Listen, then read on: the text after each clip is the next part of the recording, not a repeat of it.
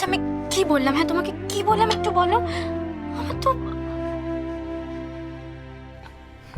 আচ্ছা ঠিক আছে, শোনো না, আমি চেষ্টা করব। প্লিজ এরকম রাগ করে থেকো না। কি হলো? আরে কি অদ্ভুত, তো এইভাবে হাসলে আমি কি করে বুঝবো বলো তো? বলো না কি হয়েছে। ভয় পেয়ে গেলে তো?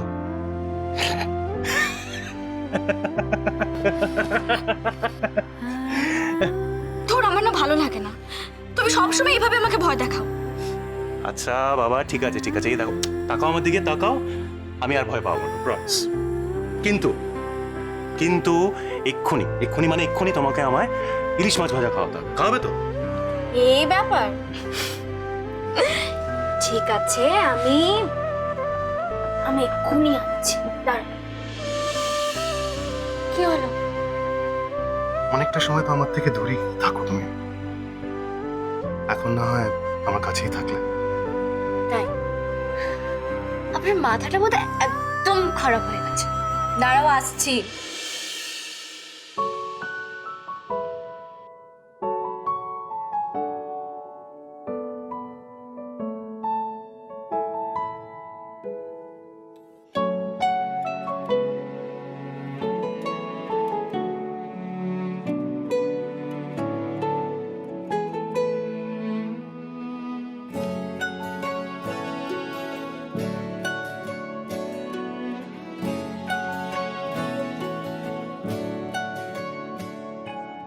ঠিক এমন এভাবে তুই থেকে যা স্বভাবে, আমি বুঝেছি ক্ষতি নেই, আর তুই ছাড়া গতি নেই।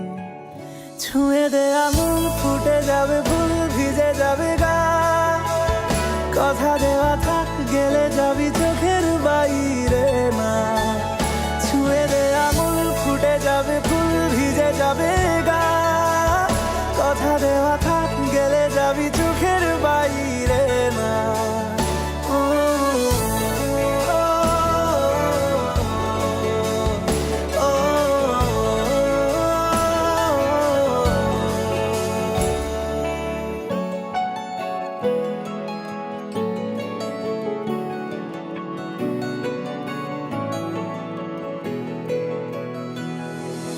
তোরই মতো কোনো একটা কেউ কথা দিয়ে যায়, ছায়া হয়ে যায়। তোরই মতো কোনো একটা ঢেউ ভাসিয়ে আমায় দূরে নিয়ে যায়। ছুঁয়ে দে আগুন, ফুটে যাবে ফুল, ভিজে যাবে গা। কার্তিক দা, ও কার্তিক দা। সে কি গো, সোমদাদার এর মধ্যে খাওয়া হয়ে গেল? হ্যাঁ, আমি বলছি খিচুড়িটা খেয়েছে তো সোমদাদা? হ্যাঁ খেয়েছে, অল্প খেয়েছে। কেন অল্প কেন? হ্যাঁ, অতগুলো ওষুধ অল্প খেলে তো শরীর দুর্বল হয়ে যাবে। তুমি কিছু বললে না কেন? আমার কথা শুনলে তবে না, সে তো আজকাল আমার কথা শুনতেই চায় না। এখন আবার বাবু বলছেন তিনি নাকি ইলিশ মাছ ভাজা খাবেন। ও, তা ভালো। আমি দাঁড়াও, আমি ভেজে নিয়ে আসছি। এই না, দাঁড়াও, কোথায় যাচ্ছ? সকাল থেকে অনেক রান্না বান্না করেছো, তুমি রেস্ট নাও, আমি যাচ্ছি। না না, আপনাকে যেতে হবে। সারা রাত্রি জেগেছেন, তারপর সকাল থেকে যা চলছে। দাঁড়াও, আমি ফ্রিজ থেকে মাছগুলো বার করে নিয়ে আসি। হ্যাঁ, একটু ঠান্ডাটা কমুক, তারপর আমি ভেজে দেবো। হ্যাঁ, এই একটা কথা বলতে ভুলে গেছি, এই তিথি বৌদি এসেছিল। দিদি ভাই? হ্যাঁ। ও দিদি ভাই তার মানে ঘরেই আছে, দাঁড়াও আমি দেখা করে আসছি। দাঁড়াও, কোথায় যাচ্ছ? সে কি আছে নাকি? সে তো চলে গেছে। চলে গেছে? কোথায় চলে গেছে? ওই বললো নাকি ফ্ল্যাটে যাবে, এখন নাকি কিছুদিন ওখানে থাকবে, তাই এখান থেকে খাবার দাবার নিয়ে গেল। ওখানে তো রান্না করার অসুবিধা। ফ্ল্যাটে? দিদি ভাই ফ্ল্যাটে কেন গেল? সেটা তো জানি না। আচ্ছা কার্তিক দা, দাদা ভাই কি ফ্ল্যাটে আছে? এই রে, সেও তো জানি না, শুধু এইটুকু বলে গেল যে তোমাকে জানাতে যে এই সপ্তাহে নাকি ওই অফিসে যেতে পারবে না। কিছুই তো বুঝতে পারছি না।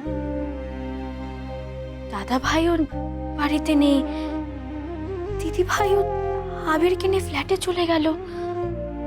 মানে দিদিভাই আমাকে কয়েকদিন ধরে বলছিল কাজের চাপ কমলে আবিরকে নিয়ে মামার বাড়িতে যাবে, কিন্তু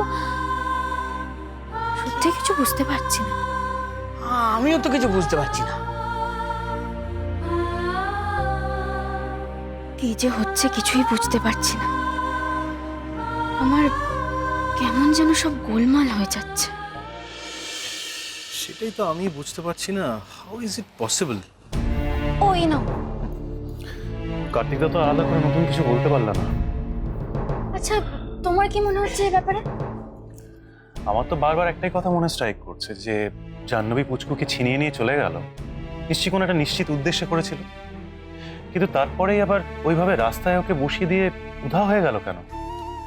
জানো, আমার মনে হয় এইখানে অনেকগুলো পয়েন্ট আছে। দেখো, হিট অফ দ্য মোমেন্টে তোমাদের তো কোনো ক্ষতিও করতে পারলো না, তখন ও ভাবলো এক্সপোর্ট, মানে আমার মনে হয় সেই কারণেও তখন পুচকুকে নিয়ে পালালো যাতে তোমাদের কষ্ট হয়। কিন্তু তারপর আরও বুঝে উঠতে পারলো না যে পুচকুকে নিয়ে ও কী করবে, কোথায় যাবে। তাই হয়তো ও দেখুন, জাহ্নবী খুব ভালো করে জানতো যে ও ধরা পড়ে যাবে, তাই ও পুচকুকে এভাবে রাস্তায় ফেলে রেখে পালিয়ে গেছে। আমার কাছে এই ব্যাপারগুলো পুরোপুরি ক্লিয়ার, কিন্তু একটা কথা আমি কিছুতেই বুঝতে পারছি না। কি? দাদাভাই কোথায়? পুচকুর মুখে ভাতের আগের রাতে দাদাভাই বেরিয়ে গেছিল, কিন্তু দাদাভাই কোথায়? দাদাভাইকে কিন্তু তারপর থেকে আমি একবারও দেখতে পাইনি। কোথায় আবার যাবে? নিশ্চয়ই আবার সেই মুকুন্দ পালের মতন একটা মানুষের সাথে আবার কোনো একটা অ্যাসোসিয়েশন তৈরি করবে যাতে আমাদের ক্ষতি করতে পারে।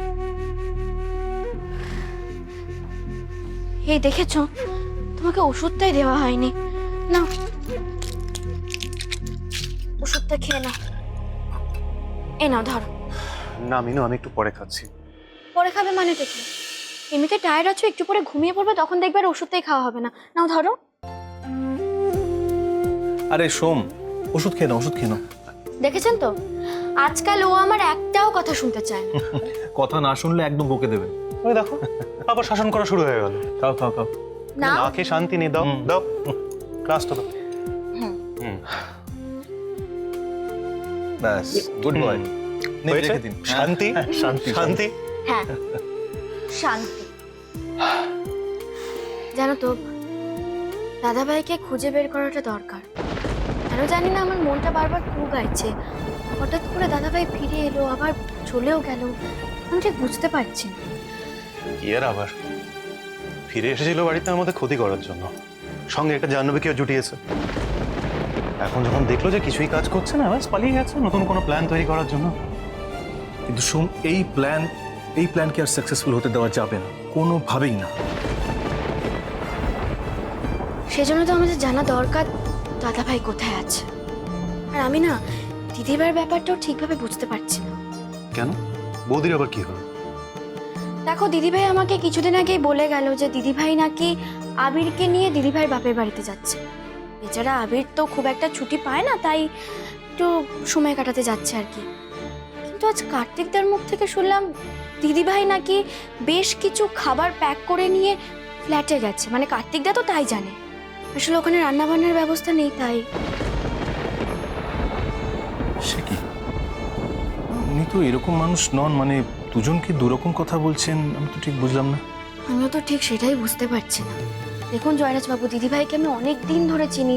যতই অশান্তি হোক না কেন বা ঝগড়াঝাটি হোক না কেন, দিদিভাই কিন্তু এইভাবে হুট করে কোনোদিনও বাপের বাড়ি চলে যায়নি। আচ্ছা, তুমি কি শিওর যে বৌদি বাপের বাড়ি গেছে? কারণ তুমি তো বললে যে কার্তিকদা নাকি জানে যে ফ্ল্যাটে গেছে। আমি তো সেটাই বুঝতে পারছি না দিদিভাই কোথায় গেছে, কোনটা সত্যি কোনটা মিথ্যা আমি সত্যিই বুঝতে পারছি না। খোঁজ নিতে হবে, কারণ এইভাবে বাপের বাড়ি যাওয়ার সময় খাবার প্যাক করাটা সামহাও হিসেবটা মিলছে না।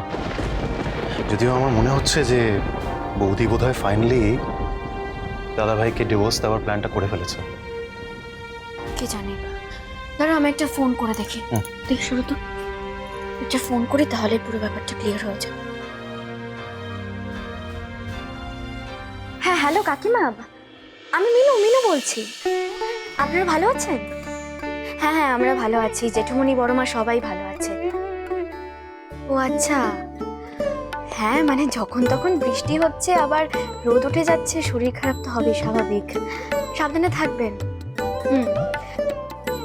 বলছি যে আবিরকে একটু ফোনটা দেওয়া যাবে? আসলে অনেকদিন ওর সাথে কথা হয়নি তো, তাই খুব কথা বলতে ইচ্ছে করছে। একটু দিন না। কি বলছেন? আবির ওখানে নেই?